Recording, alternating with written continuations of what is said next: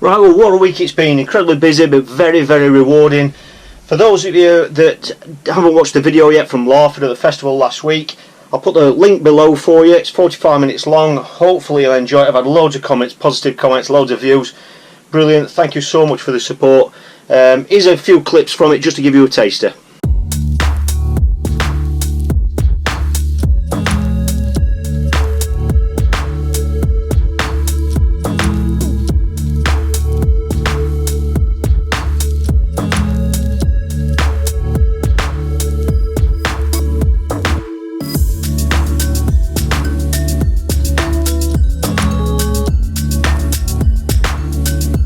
Right, like I say, it's been a busy week.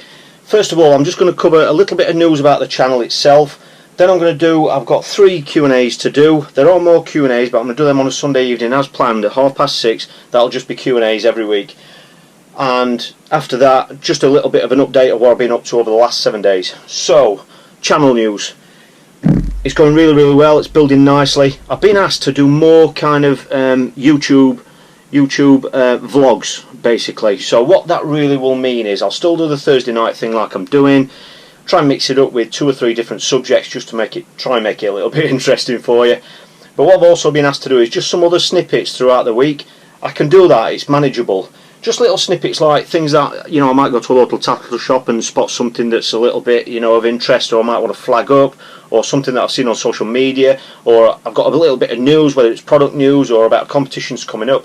So what I'm going to do is just try and do more 5 and 6 minute vlogs throughout the week. Alright, it's manageable, I know how I can do it, so I'm going to start doing that. Some of you may miss them. I will share them on Facebook to a lot of people that are obviously just friends on Facebook and Twitter. But what I will do, the best thing I can say to any of you that doesn't want to miss any of these ad hoc vlogs, just simply subscribe. Click subscribe, it's free, and every time I do upload one, because there might be 3 in 3 days, or there might be 2 a week, there might be 5 a week, but if you're a subscriber you will get a notification of that and you'll just not miss it. Obviously you'll get a notification, but you might still not want to watch it, but at least you'll know about it. So that's what's going to be coming. I'm also developing, which is something that's quite exciting actually for the channel, and that is I'm developing an app for it. I'm designing it myself, I'm creating it myself. It's taking a bit of time because I want it to be right. I only want to launch it once. It's going to be an app, and obviously you guys are going to be the first people to know about it as soon as it's finished and it's out there. I'll keep you posted how that's going. I just need a little bit of time just to get it right. It might take me a month or so, but you'll be the first to know, and I think that's quite exciting because there'll be more updates on there from the bank. I can, it'll be more interactive basically, rather than just you sitting watching a video on YouTube. It'll be more interactive. I could have written vlogs on there. It'll be more like I want to keep it like a magazine channel.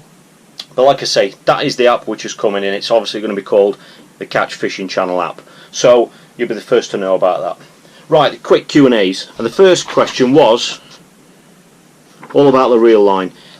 I can tell you exactly what I do. I'm not saying it's the best way. I'm just telling you what I use and what I do. Basically, the lower the diameter reel line or braid that you use, the less friction you're going to get as it comes off your reel and through your rod rings and through the rod and out into the lake. I don't fish at range a great deal at the moment, just purely because the venues I go to, we just don't do it. The odd occasion I'm at Boston, and if I draw it in the bowl section in the teens, you might be casting a long way. When I fish there, I fish with a 6 pound reel line.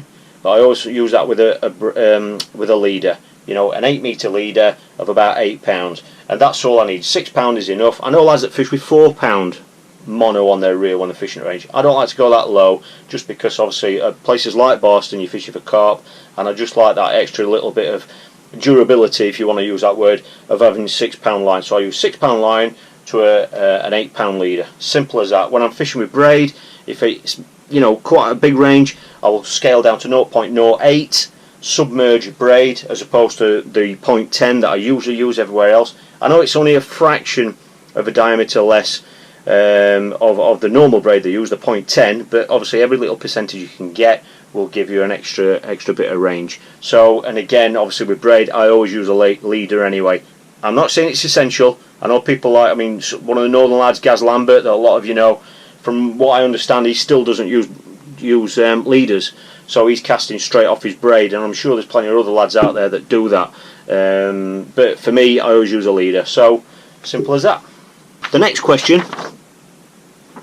was my hooks for natural water fishing. Last year I really fell in love with a hook pattern. It was an angler who put me onto it. I never used the pattern before, and it was an angler who was not sponsored by Matrix. He's sponsored by another major leading tackle company, and he was using these hooks that I kind of started using more once I knew that he was using them, and I found that I love them. And these were the Super Match. Fantastic hook. They're not. I don't use them for, you know, really big bream or carp, but I mean, obviously I'm not really fishing for carp on natural venues, but for roach and skimmers and bream up to a, you know, 2-3 pound. Fantastic hook. They're so sharp, and I love the shape of them, the pattern. I've not lost any fish with them. These are the ones that I actually used in Serbia as well, in the European Feeder Challenge. Never let me down. Fantastic pattern. But obviously, if you're going for bigger bream and bigger fish, the SW is brilliant. You know, as you can see from the shape. I'll just try and hold it up for you. You can see, you know, it's got a flattened section on the bend. That's just to stop that springiness, and they're great for bigger bream as well. Brilliant pants, and they're the ones really that I'll be using on natural venues again all through this year.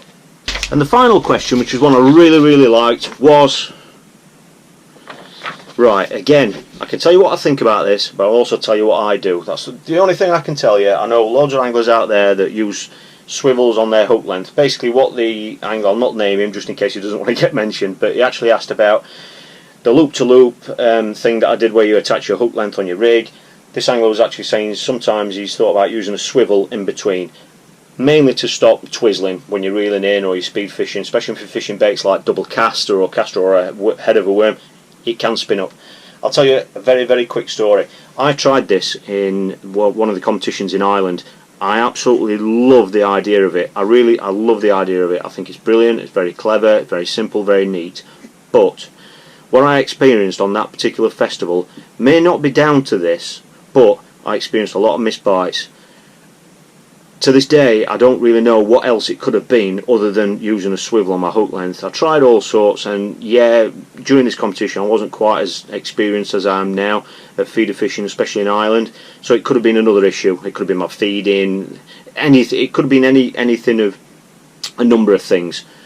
But since that particular festival, I've not used a swivel on my hook length. I know anglers that do really well in Ireland and do better than me in Ireland that do. So I think it's a great idea, it's a fantastic idea, but me personally, I just don't do it because I just don't like to think that there's anything, any sort of weight or anything in between, you know, the main line of the rig and the actual hook itself. I like to think that there's nothing there, but like I say, it's just a personal thing for me. I don't do it, but I love the idea of it. Okay, right, this week we have got a big announcement from Matrix. Some of you may have already seen it. It's obviously Thursday evening. We've got some new products coming out. They've been in the pipeline for quite a while, and they've been rolled out this week on social media. So if you're not already on, haven't liked the Fish Matrix Facebook page, please do. I'll keep you in the loop with all these exciting new products. Some brilliant ones coming out this week, and you know, I'm going to be interested to see the reactions from a lot of other sponsored anglers that are sponsored by other companies, because I think, you know, one or two of the products they'll find particularly interesting. So they've been rolling out all week, and I think there's going to be some rolling out tomorrow, which will be obviously Friday, around 6:30, 7 o'clock. There'll be some more on social media. So just like the Fish Matrix page, and that'll keep you in the loop with them all. If not, obviously, if you do miss them, whatever, I'm going to be covering them over the next week or two, just to show you what they are and why, you know, I think they're a fantastic addition to the range. So very exciting for Fish Matrix. The next thing is, like I say, it's been a busy week. It's been a great week. I had that come through the letterbox this week, and it's official. I mentioned it before. It's official that, if I can do it like that, another 12 months with Bait Tech. Absolutely over the moon with it. Absolutely over the moon. Fantastic. I'm chuffed to bits with that. Chuffed to bits. I've worked really hard to get that. I mean, I've been with Bait Tech. This will be my second year, but I worked really hard to get that sponsorship deal, and it's one of those things where, you know, maybe it's just me, I don't know, but I think you should work hard to get something like that. But once you get it, that hard work's got to continue, because you want to, you know, obviously I've got that for another year, which is fantastic, but I want to keep working harder and harder to try and cement next year's contract as well. So fantastic. I mean, I couldn't think of anything better to be with, be with anybody other than Bait Tech. I mean, they're such a fantastic company to be with, and the products are actually just, I mean, brilliant. I mean, look at the awards they've won again this year. So another exciting week and another fantastic 12 months ahead. And finally, I'm just going to put this here.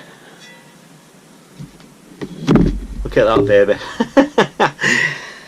Anybody what knows me knows that everything's about the results for me. Yeah, I'm laughing and joking. Yeah, I'm having a bit of fun with this channel, and I better just put that down because it's echoing a little bit. Everyone knows that, I'm having a bit of fun with this channel. I'm loving just sharing everything with you guys and just showing you the matches that we're all taking part in, and it's all about the end result. And I've had so many messages about Lawford last week, and I won that event 2 years ago, and that was very, very special in its own right. But looking back, when I won that, obviously I wasn't sponsored in any way, and that kind of opened all sorts of doors for me. But when I actually won that competition, it was very much a system. No matter what peg I drew, it was a system. I had it right, it worked, and won the section every day of the festival. It was great, it was a fantastic feeling, I'll never forget it.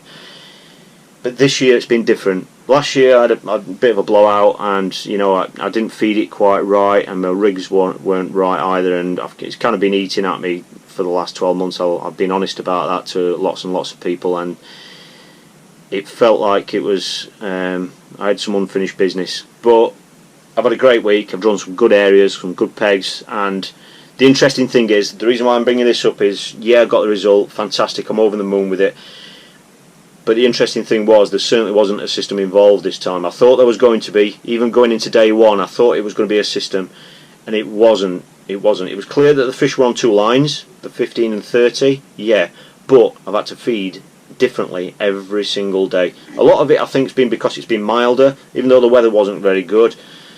It's been milder, and I think the fish have wanted to feed, and I've learned a lot about myself, about digging deep, and about reading the response that you get when you feel your way into a match. And I think the point I'm trying to make is, the one thing that I've always admired about the top anglers, I always have done, is that, yeah, they draw bad pegs. Of course they do, they draw bad pegs. But the difference with the top anglers is, when they do draw a good peg or a good area, it's very rare that they make a pig's ear of it and mess it up. They capitalise on those fortunate occasions. And I'd like to think last week I've kind of done that. It's not fished easy, it's fished hard. The most consistent angler in the last 2 years in that competition has been Richard Vaughan, and unfortunately he's had a rubbish week. He's not drawn great areas, but he has felt out of touch with it. But that just shows how it changes. All the venues change. And a key thing that I discussed as well with Andy Kinder, who spent a number of years down there, especially a few winters there, and what he's actually noticed, which I think was quite interesting, was how the fish have changed the way that they feed as they've got older. And I think it's something that until the last 12 months, I kind of overlooked a little bit. You go to a venue and you suddenly find you've got a way of catching skimmers, for example, this sort of size. Yeah, the nice little fish, you might be catching roach and mixed in with them. But when those fish get a year, 2 years, 3 years older, and they get into £2 and £3, yeah, of course they're going to feed differently. And I think that's something that, as a match angler, you've got to try and keep on top of. And unfortunately, unless you're going to feel your way into a match to try and figure that out, sometimes you might miss those opportunities if the fish are going to feed differently. Anyway, I'm rambling. If any of you haven't seen the video from last week, the link's below for you, alright? So that's basically it. I'm not going to ramble anymore. It's Friday tomorrow. Hopefully, a lot of you are going to be on the bank. I'm at Boston on Saturday for the Boston Masters qualifier, the March qualifier.